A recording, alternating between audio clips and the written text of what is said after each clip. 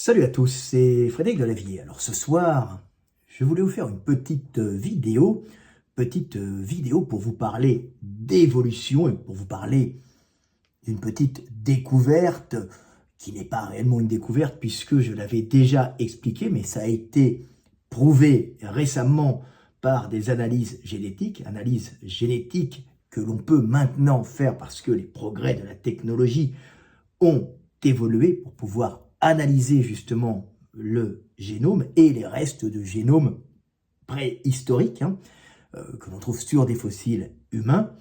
Et il y a une recherche et une découverte scientifique qui est assez intéressante et qui confirme ce que je vous explique depuis plus de 10 ans, même c'était même plus longtemps, et que j'ai mis dans l'éveil des consciences. Alors, je n'avais pas la preuve génétique parce que les progrès technologiques permettent maintenant aux séquenceurs et aux travaux d'isolation de gènes fossiles d'analyser justement les génomes préhistoriques, mais je vous avais déjà expliqué cela et vous allez voir, ça fait plaisir. On a découvert, alors c'est une étude assez intéressante. Alors je vous lis Science Post qui a fait la vulgarisation d'une étude qui est passée dans un journal scientifique. Alors le titre c'est Nos ancêtres ont copulé avec Néandertal bien plus tôt qu'on le pensait. Alors bien plus tôt qu'on le pensait que eux le pensaient, mais pas que ceux qui me suivent et moi-même le pensions parce que je le dis depuis bien longtemps. Alors une analyse publié en 2016, avait établi que le Néandertal et les humains anatomiquement modernes s'étaient croisés pour la première fois il y a plus de 75 000 ans. Cependant, une nouvelle analyse révèle une interaction plus ancienne.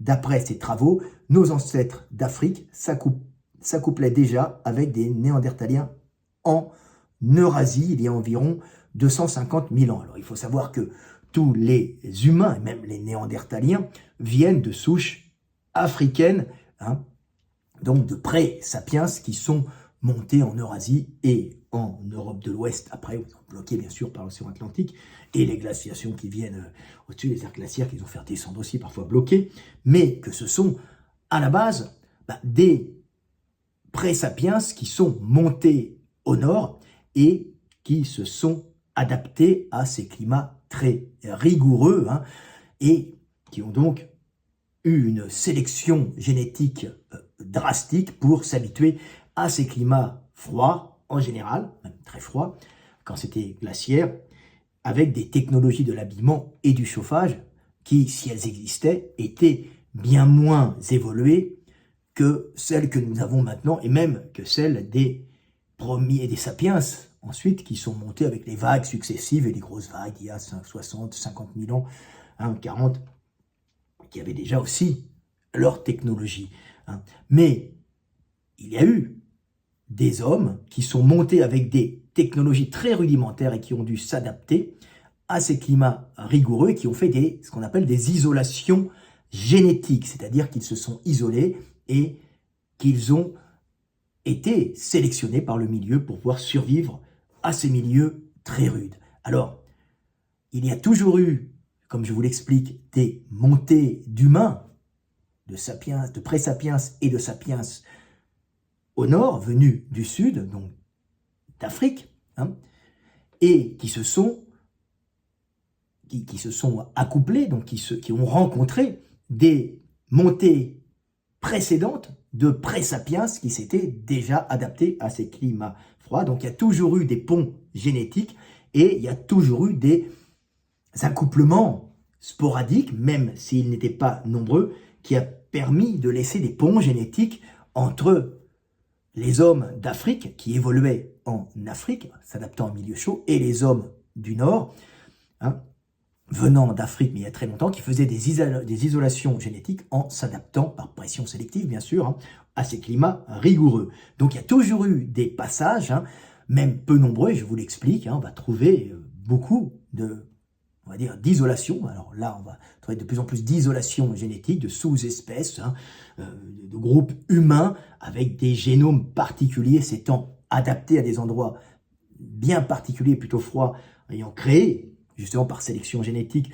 des individus assez différents, mais tout de même capables de se mélanger sporadiquement avec des individus qui remontaient d'Afrique. Donc il y a toujours eu des montées du sud au nord, des isolations génétiques créant des sous-espèces, ou des espèces, ça ce sont des visions humaines, et des montées ensuite qui se remétissent avec, même en faible quantité, gardant un pont génétique, permettant d'avoir une certaine capacité, une homogénéité, une capacité de reproduction entre ces individus. Il n'y a jamais eu de section totale, il y a eu des isolations, mais jamais de section totale, avec d'un côté les Néandertaliens pendant des centaines de milliers d'années, qui n'auraient jamais rencontré de pré-sapiens ou de sapiens. Il y a toujours eu des montées, même très faibles, qui permettent des interactions par l'amour des individus entre eux. Alors je vous lis cette analyse qui confirme parfaitement ce que je vous ai expliqué dans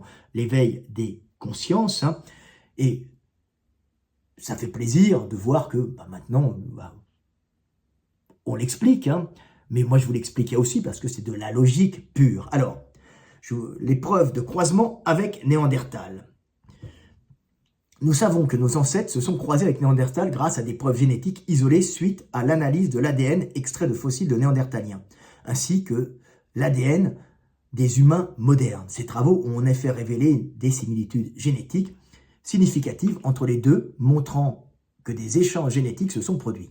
En examinant l'ADN des humains modernes, les chercheurs ont également identifié des segments qui ne pouvaient pas être attribués à nos ancêtres anatomiquement modernes. Ces segments correspondent à de l'ADN néandertalien.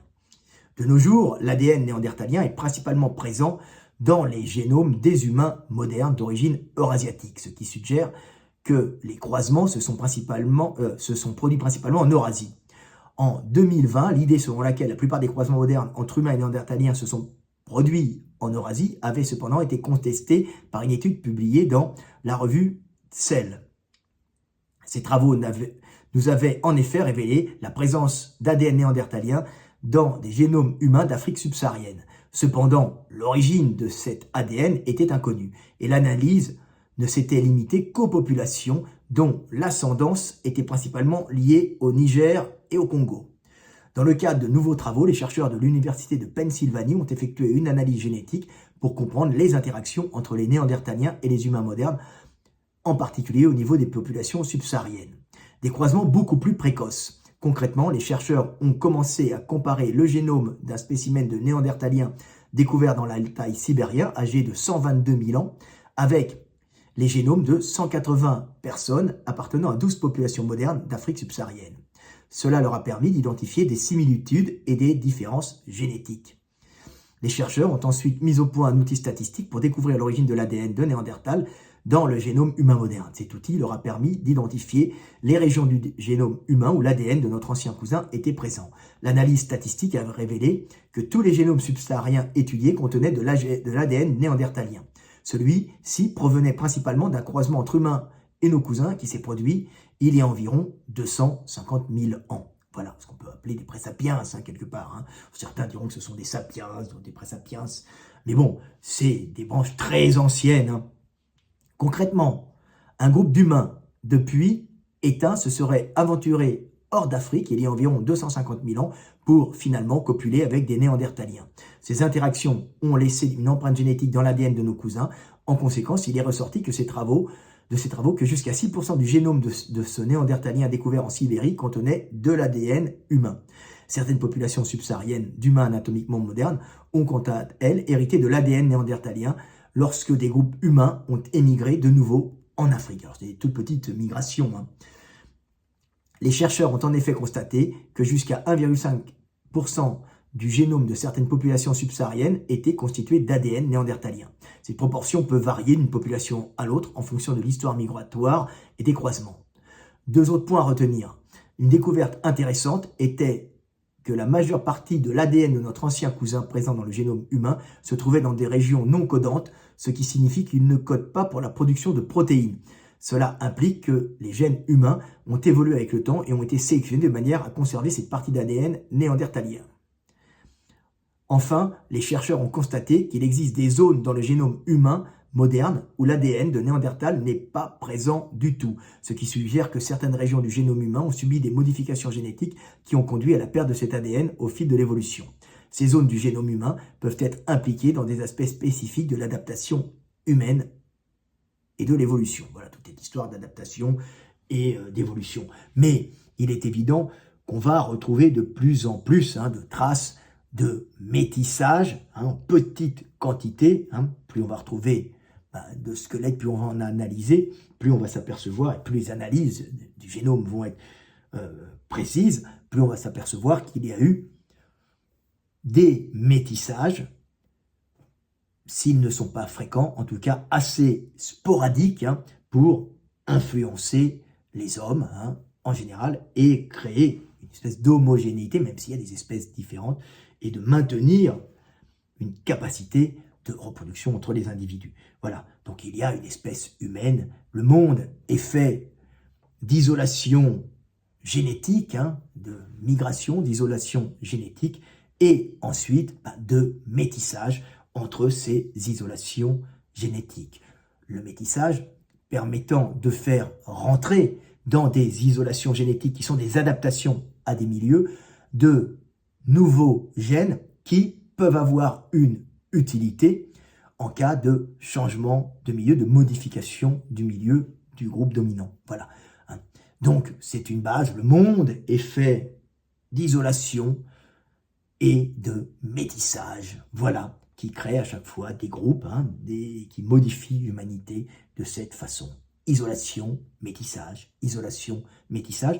Ce que nous n'avons plus réellement maintenant, puisque avec les transports, avec le développement des technologies, des avions, des bateaux, c'est surtout des avions et des migrations humaines, nous avons un espèce de mélange général. Alors il reste encore des gros groupes, les groupes asiatiques, les groupes européens, les groupes africains, subsahariens, du Maghreb ou subsahariens, mais nous assistons de plus en plus à un brassage de population avec beaucoup moins d'isolation et beaucoup plus de métissage. Voilà, petite vidéo du soir espoir, ce qui me fait plaisir parce que c'est une découverte qui ne fait que confirmer ce que je vous explique depuis maintenant plus d'une décennie. En vérité, c'est pas loin de 2 décennies que je l'explique, mais les réseaux sociaux n'étaient pas encore développés. Mais j'en parlais déjà et vous trouverez mon travail dans l'éveil des consciences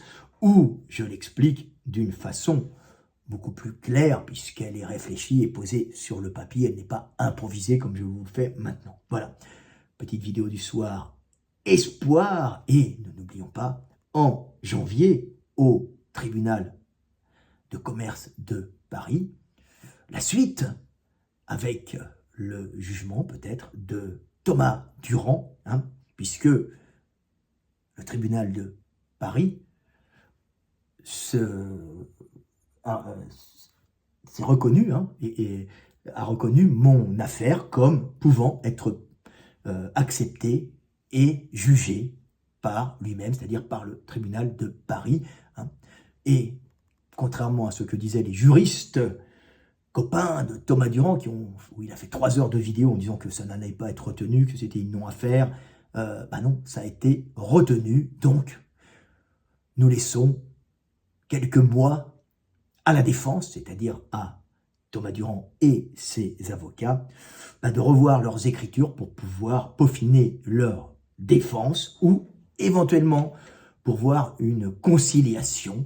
C'est pas moi qui décide, bien sûr. Tout ça est maintenant du côté de la défense. Et contrairement à ce que pensaient les juristes en carton de Thomas Durand, l'affaire a été retenue par le tribunal de Paris, ce qui est en quelque sorte une victoire face à ceux qui se disent être la vérité et la science, puisqu'ils ne sont rien de cela. Ils ne sont que diffamation et mensonge. Ce sont des gens qui m'ont attaqué, n'oubliez pas, en disant que la morphologie n'a aucune influence sur le risque de blessure et pratiquer le soulevé de terre d'Oron, le porté lourd d'Oron, n'est pas plus dangereux que nos droits, donc en allant contre les directives d'État et de sécurité. Donc, ils sont ridicules et il y a de fortes chances qu'ils le soient au tribunal. C'était Fred Delavier, je vous aime et paix sur terre.